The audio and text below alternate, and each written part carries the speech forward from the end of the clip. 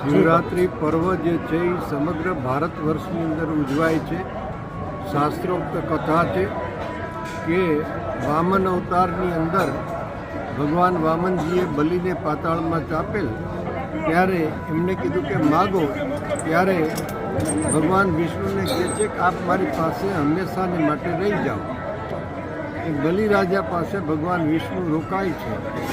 લક્ષ્મીજીને વાત નારદજીએ કરી કે હવે આવવાના નથી ભગવાન વિષ્ણુ, તો કે એનો ઉપાય આપ બતાવો, સંત છો તો રસ્તો બતાવો. એટલે નારદજીએ કીધું કે બલિ ઉદાર સ્વભાવના છે, તમે એને રક્ષા બાંધો, રાખડી બાંધો, પછી તમારને કે માગો ત્યારે તમે કહેજો કે આ તમારા ચોકીદાર છે, મને આપો. એમ લક્ષ્મીજીએ કર્યું અને લક્ષ્મીજીએ ભગવાન વિષ્ણુની માગણી કરી. એ ભગવાનને કહે છે પ્રભુ અમને આવી માગણી કરી છે, આપ તો મારા પ્રાણ છો.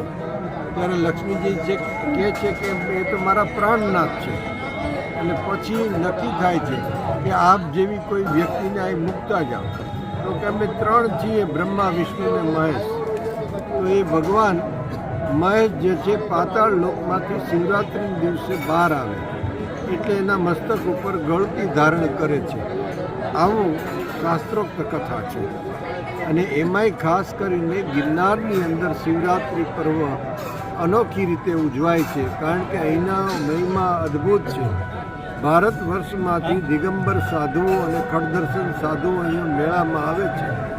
આનું જુલુસ નીકળે છે.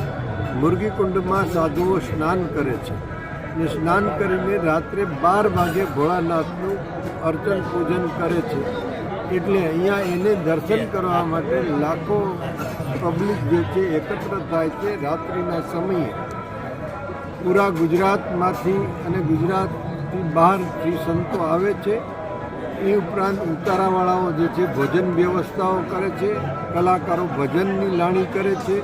ભજન અને ભોજનનો મેળો શ્રદ્ધા વિશ્વાસથી જનતા જે છે હજારો વર્ષથી ઉજવે છે. અને આ વર્ષે સરકારે પણ એની અંદર સારો ભાગ ભજવ્યો છે અને મેળાને વધારે સુશોભિત કરવાનો પ્રયત્ન કર્યો છે. ઇલેક્ટ્રિકથી સુશોભિત કર્યા છે. સાધુ સંતોના ધૂણા અને મંડપો નાખી દીધા છે. એ ઉપરાંત પાઘરણની વ્યવસ્થાઓ આપી છે. ટ્રાફિકની સમસ્યા હળવી થાય એના પ્રયત્ન કરવામાં આવ્યા છે. દિવસે દિવસે પબ્લિક જે છે એ વધતી જાય છે. અને આ પ્રસંગની અંદર શિવરાત્રિમાં પૂજ્ય કેશવાનંદ બાપુના શિષ્યા મહામંડલેશ્વર અગ્નિ અખાડાના મહામંડલેશ્વર જે મા કનકેશ્વરી દેવી છે, એ દર વર્ષે અહીંયા આવીને સાધુ સંતોને જમાડે છે. આ ભંડારો થાય છે. તો આજની તારીખે 13 તારીખે બપોરના સમયનો ભંડારો રાખવામાં આવ્યો છે. આ ભંડારાની અંદર હજારો સાધુ સંતો એકત્ર થયા છે અને બહુ ધામધૂમપૂર્વક ભાવથી એને પ્રસાદ લેવડાવે છે. સાધુ સંતો જે છે ભોલેનાથની જય કરીને પસાર થાય છે. અદ્ભુત દ્રશ્ય જોવામાં આવે છે. આ શિવરાત્રિ પર્વ જે છે એ મનુષ્ય માત્રના હૃદયની અંદર એ બ્રહ્મ તત્વ છે એની ઉપાસનાનો તહેવાર છે. અને સનાતન સંસ્કૃતિની અંદર ઉત્સવો અને તહેવારો મનાવવામાં આવે છે.